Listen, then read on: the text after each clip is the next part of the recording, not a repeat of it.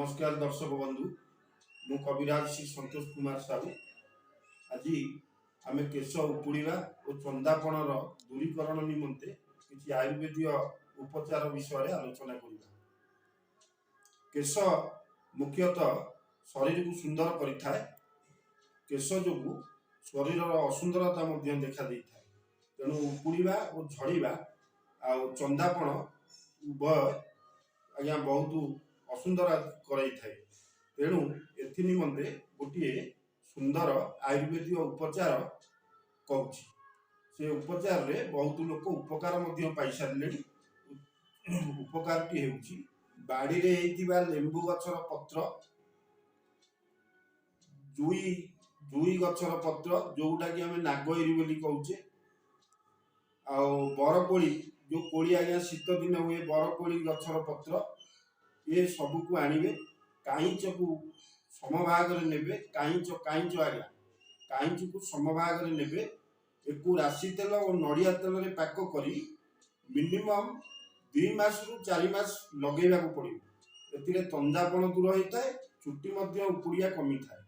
जदि आपण एकु कोनोसी प्रकार संग्रह करि न पारिबे, जायफल और लवंग समभाग रे नै एकत्रित बाटी ताकू लगेबे। लगेबार 1 घंटा पर गाधोइबे। एमिति कले मध्य चलिबो। आउ एथि प्रति खाली लगेले हेबनी आज्ञा, एकु खाइबा को मध्य किछि पड़िबो। यार किछि उपचार पे आपण अनंत मूल जोगुडा कि चेमेडी लई कुआ जाय, आमे लोकेक भाषा रे गाउली भाषा रे चेमेडी लई ताकू कहू।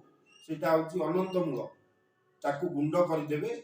से गुंड को 3 ग्राम रु 6 ग्राम मात्रा प्रत्येक दिन बयस अनुपात सेवन कले आपण सारा जीवन पाई केश समस्या मुक्ति पाइबे एवं चंदापण मुक्ति पाइबे। एथि निमंते आपण किछि खाद्य बारण मध्य करिबा को पड़िबो।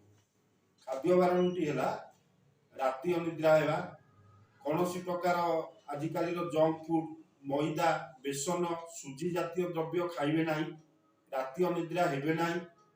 आ कोनोसी प्रकार दुश्चिंता मन रे रखिबे नाही। एथि प्रति जहा द्वारा कि केश उपरे प्रभाव पड़ी थाए। आज तो समय हो जाइछि, भिडियोटी एठी रखुछि। आशा करूछि भिडियोटी आपण मानकु बहुत भल लागिथिबो। जदि भल लागुछि ताहेले भिडियोटी लाइक, शेयर एवं सब्सक्राइब करिया को भूलिबे नाही। योगाजोग पई आपण तळे दिया जाइथिबा नंबर रे संपर्क करिवे। आगामी भिडियोटी केउ विषय रे आनिबा आपण निश्चित कमेंट करी जणाइबे। नमस्कार।